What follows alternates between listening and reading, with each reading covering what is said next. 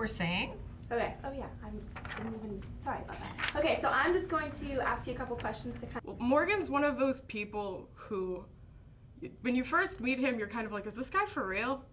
When Morgan first started high school, he was very serious. He was kind of like a Vulcan, I guess.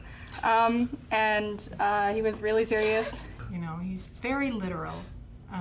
Extremely. And if you say something that's not exactly 100% right, he will call you on it. Yeah, we were driving in the car and we were playing this kind of alphabet game. You know, A, my name is Alan, my wife's name is Alice, we come from Albuquerque, we sell apples. And it got to H and Chloe said, H, my name is Harriet, my husband's name is Harry, we come from Ham. And Morgan stopped her and said, you can't come from Ham. There's no place called Ham. You can come from Turkey, but you can't come from Ham.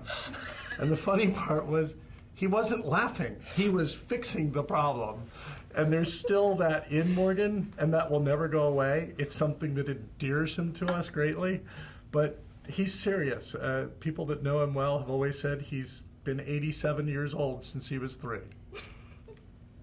I would have to say the neatest thing is that Morgan at some point made a decision.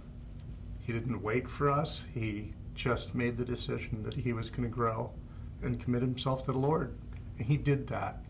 I know he had friends, I know he had pastors, I know he had different people in his life, but the decision was his, and once he made it, he sort of never turned back.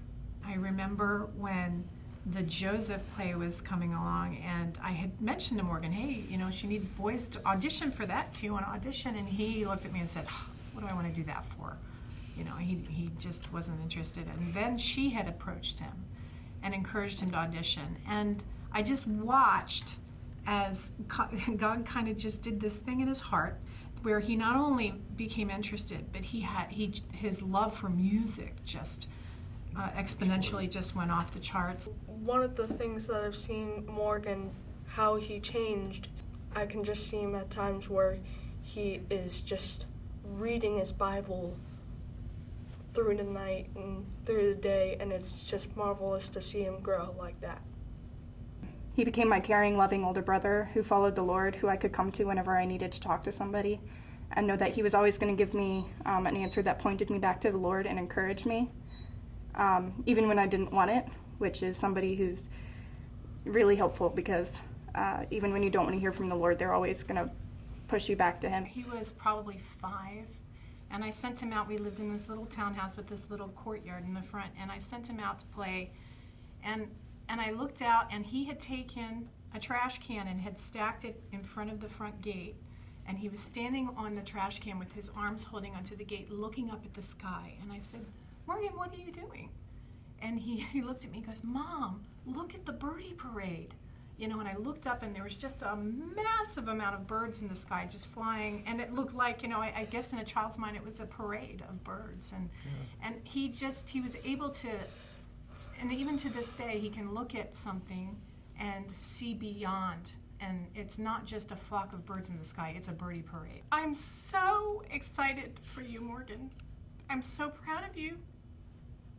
You have no idea how you've blessed your father and I. And now I'm crying again. But we are so excited for what God's going to do in your life. We don't know how it's going to work out, what he has planned for you, but we know that you love him and that you are desirous to serve him in all that you do and all that you are. All the academics is secondary to that, and I'm just so proud of you and that your faith is genuine. I just prayed constantly that Morgan would have a love for God that went beyond just a religion, and that he would just grasp and seek and desire God, and that he would be that way the rest of his life. And I pray that for my kids all the time. I'm not a deep prayer, but that's one of the things that I would pray for them every night before they went to bed. And it's just neat because it happened. May the Lord bless you and keep you. May the Lord make his face to shine upon you. May the Lord lift up his countenance upon you and give you peace, because that is what he desires. That is what God desires for Morgan, and I know that's what Morgan desires from God. So I think that's it. I have never seen a high schooler who is as in love with his Bible as Morgan is. He just loves the parallels and the allegories and the connections, and if he has a question, he goes straight to his Bible and just, it's so marked up. It's really cool, and I just love the way that he has fallen in love with it the way that we should. He is very passionate about the biblical role of manhood, which sounds a little strange, but he really believes in being strong and steadfast in the Lord and being a leader, and he's so good at that, and he gives of himself so much. God's really gifted him with this gift of servanthood. But I just love the way that he's incredibly selfless and is always looking for ways to serve and help other people, even when it's inconvenient for him. It's like mind-boggling. It's just, Mrs. Mays or someone will just ask for something, and he's just like, I'm right on it. And I'm like, it's such an example to me. One of the things I think of Morgan, I just think of somebody who has been diligent, responsible, respectful to parents, and the word that comes to me is shepherd. And I'm just so encouraged how much he cares for the people of God. He's just one of those people that God has just blessed with being so content in whatever circumstance. Morgan Thomas, you have always been such a great example of a person who loves God with all their heart and who shows that love and lets it shine through to their friends. And I'm so thankful for that, and getting to know you over the past couple of years through classes and history class and Acts and Joseph and Esther. I'm just so thankful that we've gotten to have all those great times and funny moments, and thanks for loving God and loving others the way that Christ loves the church. So, yeah. We'll just trying to be rehearsed, and he'll just say this funniest or stupidest thing about the scene that we're doing, and we'll all just bust out laughing, and he can make a joke about anything, even if it's like the saddest moment in the show or the happiest moment in the show. He really just brings a lightheartedness, and it's really nice to be able to work with him on that. So just thanks for loving God and for loving your friends the way that Christ loves people, and yeah, gonna miss you next year.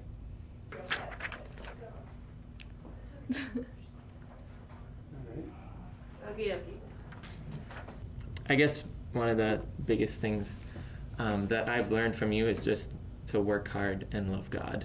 You love God with all your heart. That just comes out every time I talk to you. Your Bible is one of the most extraordinary things I've ever seen, because it has so many underlines, so many just things that are in parentheses, and it's like things pop out when I just open your Bible. And that is extraordinary, especially in Isaiah, which is awesome. One time, me and my brother Andrew and Katie Porter and him were all playing a game of Settlers of Catan. And so this one time, well, it wasn't this one time because we only have done it like 3 times, but at like halfway through the game or something, I think Morgan just started speaking in this kind of interesting accent, and so we just all started speaking in this accent, and we the first time we did it, we couldn't even stop laughing for like 5 minutes, because it was like at 10 at night, and so we were all just like completely out of our minds. And so that was like, every time we've agreed now, every time we play Settlers with that group of people, we're gonna talk in a kind of weird Russian, I guess, accent, something like that. So, awesome. Yeah. Really, I think the biggest thing he would be is being a spiritual leader to whoever he's around, because that's the kind of person he is. Morgan Thomas, he's basically my big brother after being my father in Joseph and then father in Shakespeare this past year.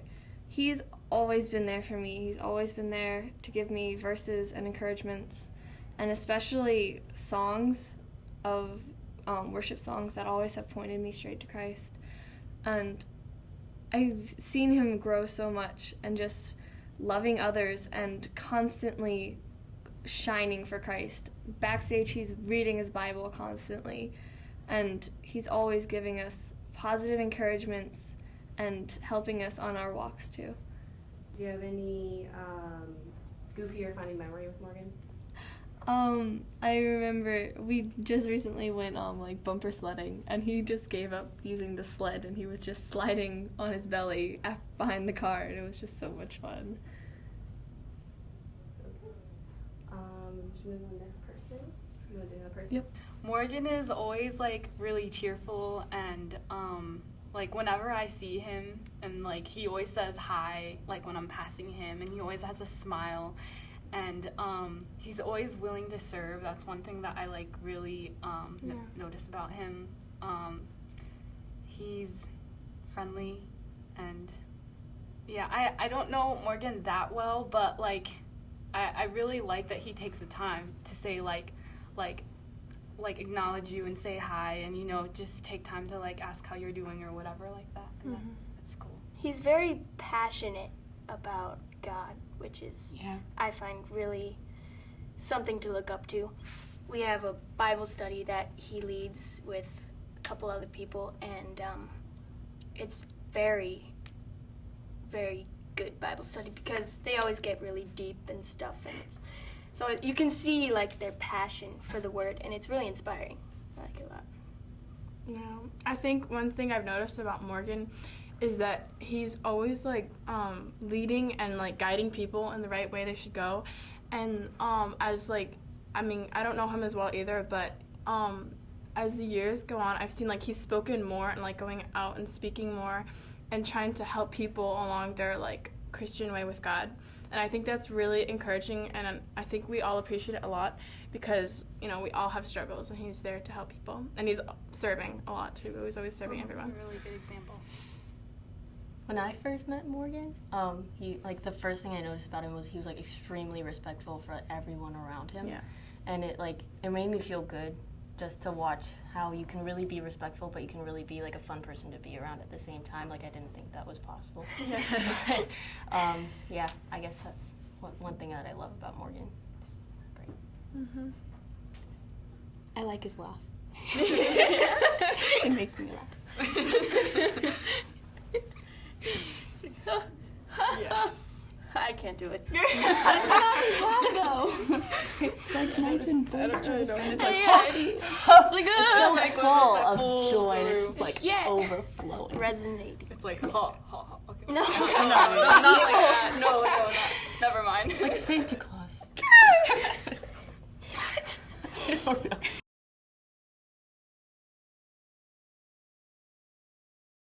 What will Morgan be doing in 5 years? Well, I'm not entirely sure of some of his career interests. Whatever Morgan's doing, he's going to be glorifying God in the process. He will be an engineer somewhere, and he will probably have a family with someone. He's very passionate about family.